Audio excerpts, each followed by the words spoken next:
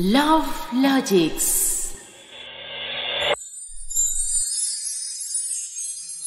Hello दोस्तों, love logics channel में आपका स्वागत है।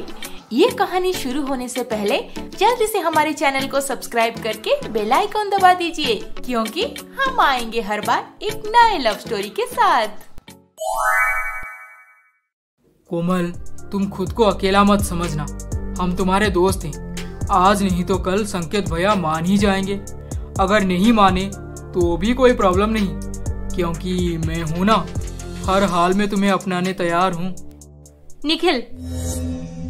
अरे बाप रे, दोस्त बोलती हो और मैं मजाक में तुमसे कुछ कह भी नहीं सकता। कोमल, तुम निखिल की बातों का बुरा मत मानो, वो ऐसा ही है, मजाक करते रहता है। उस दिन कॉलेज खत्म होने के बाद समर्थ और कोमल तो घर वापस आए और साथ में निखिल भी पढ़ाई का बहाना देकर उनके घर पे आ गया।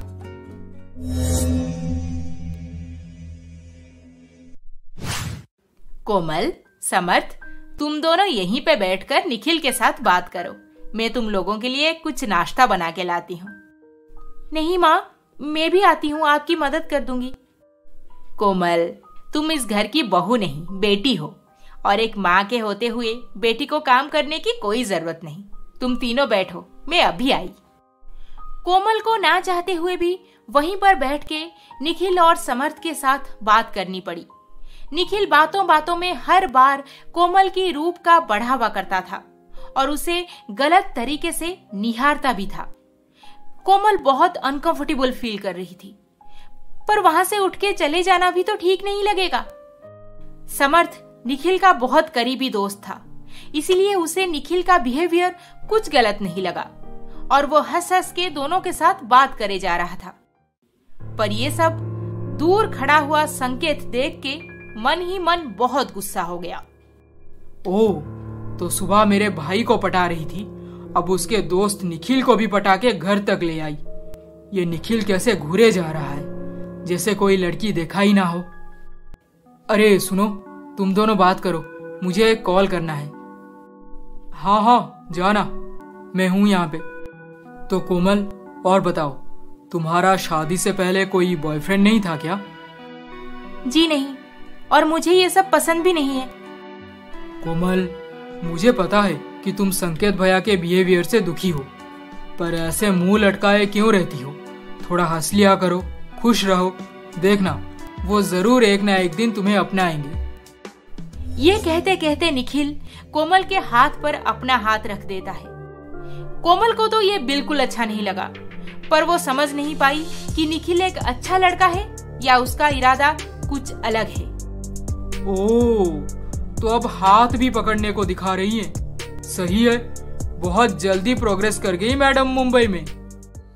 उस दिन तो निखिल शाम को वहां से चला गया, पर पढ़ाई के बहाने उसका अब समर्थ के घर पे आना बहुत बढ़ गया था।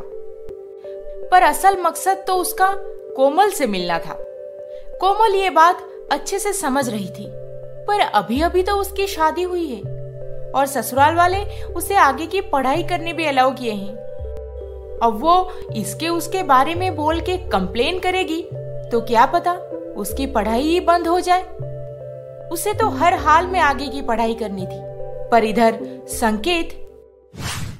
संकेत बेटा, तुम्हारी शादी को 1 महीना हो चुका है, क्या अब भी तुम कोमल को नहीं अपनाओगे? क्यों उस बेचारी की जिंदगी बर्बाद करने में तुले हुए हो? ओह अच्छा, मैं उसकी जिंदगी बर्बाद कर रहा हूँ, तो आप मुझे बिना बताए उसके साथ क्यों मेरा रिश्ता पक्का कर दिए थे? और वैसे भी वो तो दुखी बिल्कुल भी नहीं लग रही।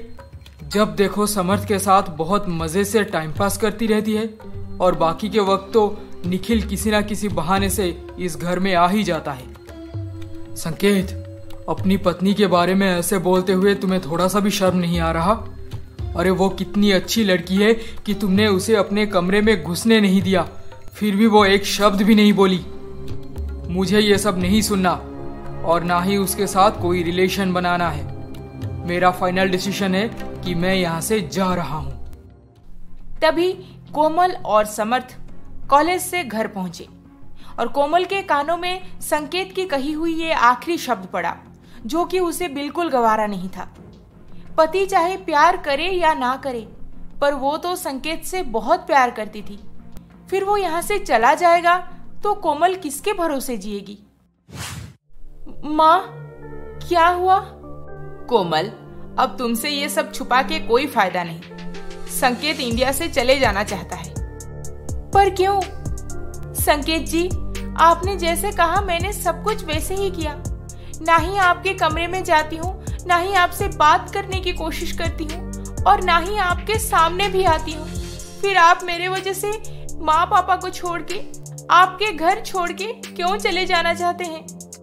ज्यादा भोली बनने की कोई जरूरत नहीं। मुझे इंडिया में नौकरी करनी ही नहीं है, और ना ही किसी छोटे टाउन की लड़की को अपना लाइफ पार्टनर बनाना है। मैं ये शादी नहीं मानता। अब तुम्हें क्या करना है तुम जानो। मेरा फाइनल डिसीजन है कि मैं यहाँ से जा रहा हूँ।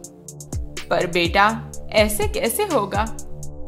देखिए माँ, अगर आप मुझे और ज्यादा परेशान करेंगी तो मैं सच कह रहा हूँ कि कभी भी इस घर में वापस नहीं आऊंगा। नहीं माँ, आप उन्हें रोकिए मत। उन्हें जो ठीक लगे वही करे। और हाँ संकेत जी, मैं भी आपको इस शादी से आजाद करती हूँ। कभी भी आपके ऊपर कोई हक नहीं जताऊंगी।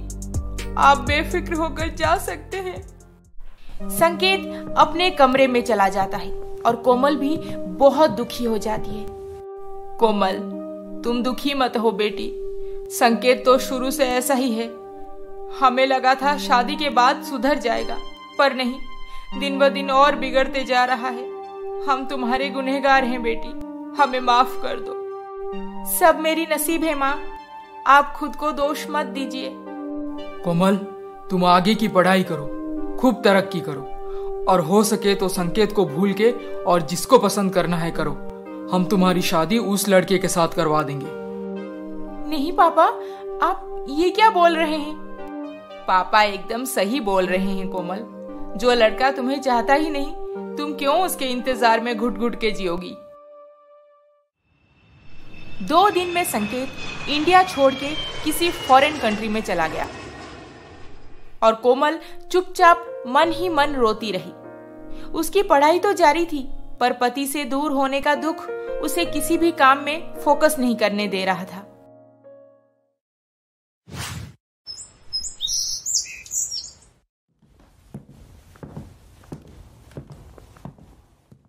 अरे समर्थ, कोमल नहीं आई क्या? कल भी नहीं आई थी, आज भी नहीं आई। घर पे सब ठीक है ना?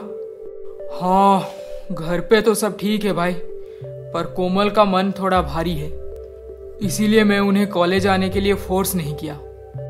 ऐसा क्या हो गया अचानक से? वही सेम केस। भैया तो इस बार गजब ही कर दिए। इंडिया छोड़ के फॉरेन चले गए हैं और कोमल के साथ सारा रिश्ता भी खत्म कर दिए हैं। अच्छा, तेरे माँ पापा कुछ बोले नहीं? हाँ, सभी ने उन्हें समझाने की कोशिश की, पर वो कहाँ किसी की सुनते हैं। इस बार तो माँ पापा बहुत गुस्सा हो गए हैं और कोमल को भी साफ साफ बोल दिए हैं कि वो पढ़ लिख के जिसको पसंद करेगी उसकी शादी दोबारा करवा देंगे। अच्छा, ये तो बहुत अच्छी बात है। क्या ये क्या बोल रहा है तू? और नहीं तो क्या, तेरा भाई अपना लाइफ एंजॉय करेगा और कोमल यहाँ पे उसके इंतजार में तड़पती रहेगी। ये कौन सा न्याय है? बात तो सही है, पर एक शादीशुदा औरत से कौन शादी करना चाहेगा भला? ऐसे ही कुछ दिन बीत जाते हैं। कोमल अपने दुख को दिल में दबाए अब पढ़ाई पे ध्यान देने लगी थी, पर निखिल उसे जब भी मिलता था बहुत ही ज्यादा पैम्पर करता था। उसके मनपसंद का चॉकलेट, आइसक्रीम और सारे पसंदीदा चीजें लेकर उसके पास पहुंच जाता था। फिर एक दिन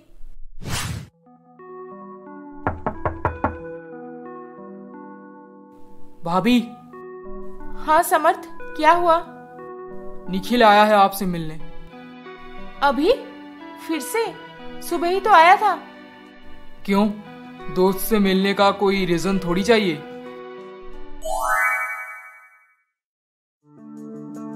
इसके आगे क्या होने वाला है, ये जानने के लिए हमारा अगला एपिसोड देखना ना भूलें। और अभी तक आपने हमारे चैनल को सब्सक्राइब नहीं किया है तो जल्दी से सब्सक्राइब करके बेल आइकॉन दबा दीजिए। अरे अरे अरे अरे, इस वीडियो को लाइक, शेयर, कमेंट करना ना भूलें। जल्द ही मिलेंगे अगले एपिसोड के साथ। नमस्ते।